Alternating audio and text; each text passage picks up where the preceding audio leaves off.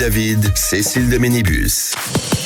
Et avec nos amis du soir, Espoir, heureusement, Marie-Laure Buisson est avec nous. Oui. Ça remonte un peu le niveau, parce que entre Philippe David, entre Bruno Pomar, Philippe Bilger, ça va encore. Pourquoi vous dites ça Enfin, c'est le vainqueur du qui c'est qui l'a dit, Bruno Pomar. Parce qu'il y a une intelligence, quoi. Oui, mais il y a une beauté, une intelligence, voilà, ça percute, tout ça. Ah, je te remercie, mon cher Philippe. Il faut se défendre un peu, parce que tu sais, le féminisme à outrance, c'est pas la meilleure des... Ah non, il n'y a rien de féministe dans ce que je dis. Mon petit doigt me dit, je parle vu juste ses d'une propos, personne. Il s'avère que c'est une femme, mais voilà, que Cécile de Ménibus essaye de nous déconstruire. Alors moi, j'aurais préféré que Marie-Laure soit idiote, moche, franchement, parce que là, elle me fait une concurrence horrible, mais bon, elle est comme ça. Qu'est-ce que vous voulez que je vous dise? J'y peux rien. Hein. On la prend quand même. Elle est belle, mais elle est intelligente. Non, je dis toujours, si vous avez remarqué, qu'elle est intelligente et en plus elle est jolie. Oui, mais je dis toujours gentil. Voilà, c'est ça. Mais bon, un jour, j'aimerais bien Marie-Laure. Hein. Pour l'instant, c'est pas le cas, mais bon, je vous aimerais un jour. Mais non. Le regard. Philippe Bilger a tenu des propos masculinistes toxiques, mais c'est pas grave. Vous parlez des vôtres à propos du string de Flavio. Mais pas du tout, c'est vous qui en parliez tout à l'heure, c'est pas moi. Mais alors, oh là là, vous mélangez tout. Mais non, c'est Philippe Bilger. Ça dérape totalement l'émission. Le string de Flavio, c'était donc une arnaque de string avec qui se vendait à 15 €. Voilà, je réexplique à tous ces gens qui nous écoutent en disant mais de quoi parle-t-il? Allez les amis, la question du soir, on n'a qu'à y aller tout de suite. Pour Jean-Luc Mélenchon, il n'y a donc plus d'immunité parlementaire en France, insupportable. Cette garde à vue qui provoque la colère, la fureur même des Insoumis, l'eurodéputé LFI Rima Hassan. Moi je suis marqué effectivement de voir que la France Insoumise aujourd'hui capitalise sur l'apologie du terrorisme. En cause, un tweet publié. Il s'agirait d'un message concernant Kozo Okamoto, ce terroriste, ancien membre de l'armée rouge japonaise. Les vraies voix Sud Radio. Et on revenait sur cette information. Rima Hassan, l'eurodéputé, a été donc placé en garde à vue hier pour apologie du terrorisme en ligne. Avec cette question, y a-t-il une impunité pour les membres de la France Insoumise, Philippe? Et vous dites oui à 63%. Vous pensez que non ou que oui? On vous attend au 0826 300 300. Et direction Toulouse avec Jean-Paul qui est avec nous. Bonsoir Jean-Paul. Bonsoir Jean-Paul. Oui, bonsoir Cécile, bonsoir toute l'équipe des vraies voix. Bon, je ne sais pas si je vais remonter le niveau de l'émission, mais... Oh, ça va pas être compliqué, hein.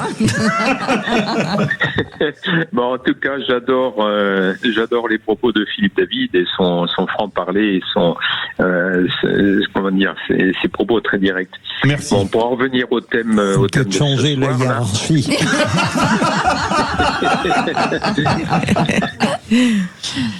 On vous pour en écoute, revenir au thème de ce soir, oui, on avait l'impression que LFI bénéficiait d'une certaine impunité, ça c'est très clair. Et là, on voit que Hassan commence à charger un petit peu. Donc, est-ce que ça va aller jusqu'au bout? Ça, on n'en sait rien. Bon, par contre, d'autres membres de LFI pourraient être effectivement poursuivis pour des propos. Quand on parle de petits blancs, par exemple, moi, si j'avais parlé de grands noirs ou de petits blacks, je pense que ça ne serait pas passé auprès de certaines commissions. Donc, il y a jusqu'ici, on avait l'impression, je pense avoir toujours l'impression qu'il y a deux poids deux mesures. Que Raphaël Arnaud revienne à l'Assemblée nationale avec avant-garde, je sais pas si... Jeune garde. Ou jeune garde, oui. Jeune garde, est-ce que c'est dissous, pas dissous Alors c'est dissous, mais il y a un recours devant le Conseil d'État, donc c'est un peu compliqué. Ouais, donc ça a tendance à traîner. Ça fait preuve d'un petit peu de laxisme, hein, ça c'est clair. Donc... Alors, on va faire tourner la parole, bien entendu, après la conférence de presse qui a eu lieu tout à l'heure à 17h. Rima Hassan assure qu'il n'est pas question pour elle de céder à cet acharnement politique, judiciaire et médiatique. Donc, je cite, elle estime aussi qu'à l'approche des présidentielles, il y a une volonté manifeste de diaboliser la France insoumise, Philippe Bilger. On mélange un peu tout, j'ai l'impression. Oui, absolument. J'ai l'impression que la France insoumise ne bénéficie pas d'une impunité. Simplement, la meilleure preuve, c'est avec Rima Hassan. Elle est immédiatement interpellée, gardée à vue pour cette apologie qui lui est reprochée. Je ne connais pas le propos exact. Alors, je voulais que je vous l'explique pour les... Elle a mis une photo de Kozo Okamoto, qui a été un terroriste qui a tué à l'aéroport de Lod en Israël en 72. Il a ouvert une valise, il a 26. Pris une arme de guerre et il a tué 26 civils de sang-froid. Et elle met une photo de lui en faisant son apologie. Voilà. Ah oui, alors donc si vous faites ça avec Mohamed Merah en France, je pense que ça ferait scandale. Hein. Alors la difficulté, c'est pour cela que parfois les citoyens sont parfois indignés en considérant qu'il y a une priorité de bienveillance à l'égard de LFI. C'est qu'il est très difficile d'établir les délits d'apologie. Et peut-être va-t-il l'être à la suite de l'enquête, et peut-être que le parquet de Paris la poursuivra. Mais je ne crois pas qu'on puisse dire que dans les procédures, dans les interpellations et dans les gardes à vue, LFI bénéficie vous êtes d'une très bienveillance. Philippe, vous êtes très indulgent, parce que je vous rappelle qu'il y a eu 16 signalements, des articles 13 ont été classés. 13 déclassés. Oui. Alors moi je veux mais parce que c'est compliqué le droit de la presse. Mais vous êtes très indulgent à leur égard, parce que on voit pas ça même au Rassemblement National. Moi c'est pas ma tasse de thé. On voit pas ça au Parti Socialiste. On voit pas ça chez les macronistes. Si, ça existe, bien sûr. Mais il y a aussi des classements. Pas avec une cadence pareille, Philippe. Ah non, mais parce qu'eux-mêmes sont très grossiers et ils en abusent, bien sûr. Je pense très sincèrement que ils sont systématiquement dans le déni de tout ce qu'ils font, et puis l'inversion de la charge. À chaque fois qu'on dit quelque chose sur eux, ils vont inventer que c'est le contraire de ce que tu viens de dire, alors que la vérité elle est là.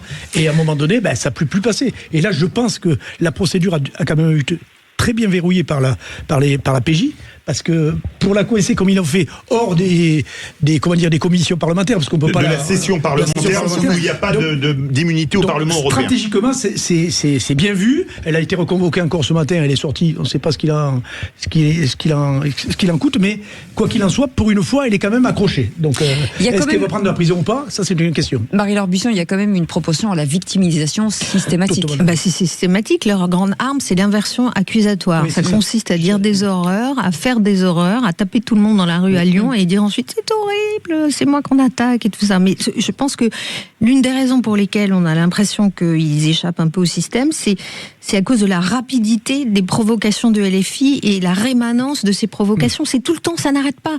Donc il y a une apologie du terrorisme le jeudi, il y en a une deuxième le samedi, une autre le dimanche, et puis ça. Donc au bout d'un moment, si on n'arrive plus à suivre tellement c'est incroyable ce qu'ils font, c'est absolument incroyable. Mais il faudrait multiplier les procédures et avoir une justice beaucoup plus rapide. Mais ce qui est fou, c'est que ils sont renserrés, hein, la France insoumise. Toujours. Tous disent non, il n'y a pas de drogue. Mais qui sont-ils ? Ils sont médecins pour savoir s'il y a de la drogue ou pas ? Mais vous avez vu un peu la cadence, les éléments de langage, ils répètent tous le même truc. Le problème n'est pas, pour LFI, le problème n'est jamais la vérité. En réalité, c'est de soutenir celui qui est mis en cause. C'est ça. Et surtout de passer pour une victime. Soutenir, mais de dire non, elle ne se drogue pas. Vous pouvez soutenir, Non mais moi je vais vous lire le tweet. Elle montre une photo de Okamoto portée avec un kéfier palestinien, portée en triomphe par d'autres feidaïns ou palestiniens, donc qui dit, et elle écrit Kozo Okamoto avec un drapeau nippon et un drapeau palestinien. J'ai consacré ma jeunesse à la cause palestinienne. Tant qu'il y aura oppression, la résistance ne sera pas seulement un droit mais un devoir. La résistance, elle est où ? De tuer des civils dans un aéroport qui n'ont aucun moyen de défense. C'est pas de la résistance, c'est du terrorisme. C'est du terrorisme. Excusez-moi, mais mon grand-père était médaillé de la résistance. Il a combattu les armes à la main pour libérer Paris, notamment. Il était officier de police. Et il m'avait dit, après l'attentat de la rue des Rosiers, c'était en août 82, il m'avait dit, tu vois, ces gens-là sont vraiment des salopards. Parce que moi, j'ai vu des femmes d'officiers allemands qui buvaient des coups aux terrasses des cafés. Il dit, je n'aurais jamais tiré sur une femme d'officier allemand. J'ai tiré sur des Allemands. Ça, oui, je l'ai fait. Des soldats allemands, c'était nos ennemis. On devait les tuer. Sinon, c'est eux qui nous tuaient. Mais je n'aurais jamais, et mes camarades, nous n'aurions jamais tiré sur des civils. Et il me disait, tu vois, eux, ce sont des salopards. Parce que les gens qui mangeaient rue des Rosiers une carte farcie ou autre chose, qu'est-ce qu'ils avaient fait de mal ? On les a abattus comme des chiens. Comme des chiens. Et parler de résistance, j'estime qu'elle devrait être poursuivi pour profanation du terme de résistance. Parce que confondre un salopard comme Okamoto et Jean Moulin, c'est vraiment le summum de l'indécence. Mais tu regardes, c'est pas nouveau en fait. Si on repart en arrière, Caténès, violence, ils l'ont soutenu comme des malades tous.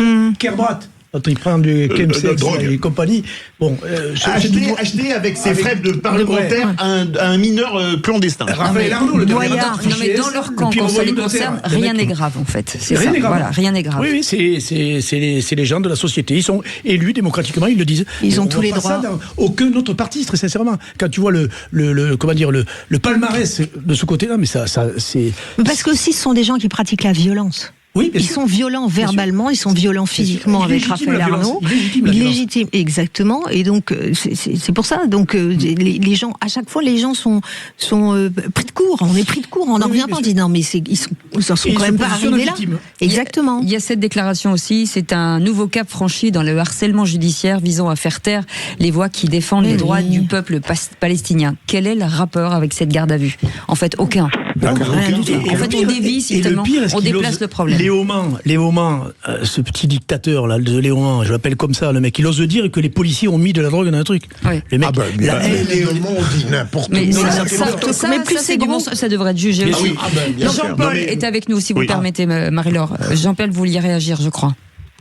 Mais en fait, je suis d'accord avec tout ce qui est dit là. LFI joue la provocation sans arrêt, joue de l'antisémitisme sans arrêt. Donc leur idéologie est d'essayer de mettre le maximum de bazar, pour ne pas employer un autre mot. C'est pour ça que on a le sentiment qu'il y a une certaine impunité vis-à-vis de LFI. Donc le dernier exemple en date, c'était Raphaël Arnaud qui revient à l'Assemblée nationale, et ça c'est inadmissible. C'est inadmissible, alors qu'il a créé une milice. Et une milice, c'était pas fait pour coller des affiches, c'était fait pour cogner et tuer. Merci. Je ne sais pas si tous voulaient tuer, mais en tout cas, c'est ce qui s'est passé. Juste pour détendre l'atmosphère, j'aimerais savoir si on a retrouvé des sucettes dont on parlait tout à l'heure dans le sac de Rima Hassan. Merci en tout cas Jean-Paul, et vous restez avec nous dans un instant. On va revenir sur cette petite phrase de Manuel Bompard, député et coordinateur national de la France Insoumise, qui était l'invité de Maxime Liédo ce matin sur Sud Radio. On en revient dans un instant.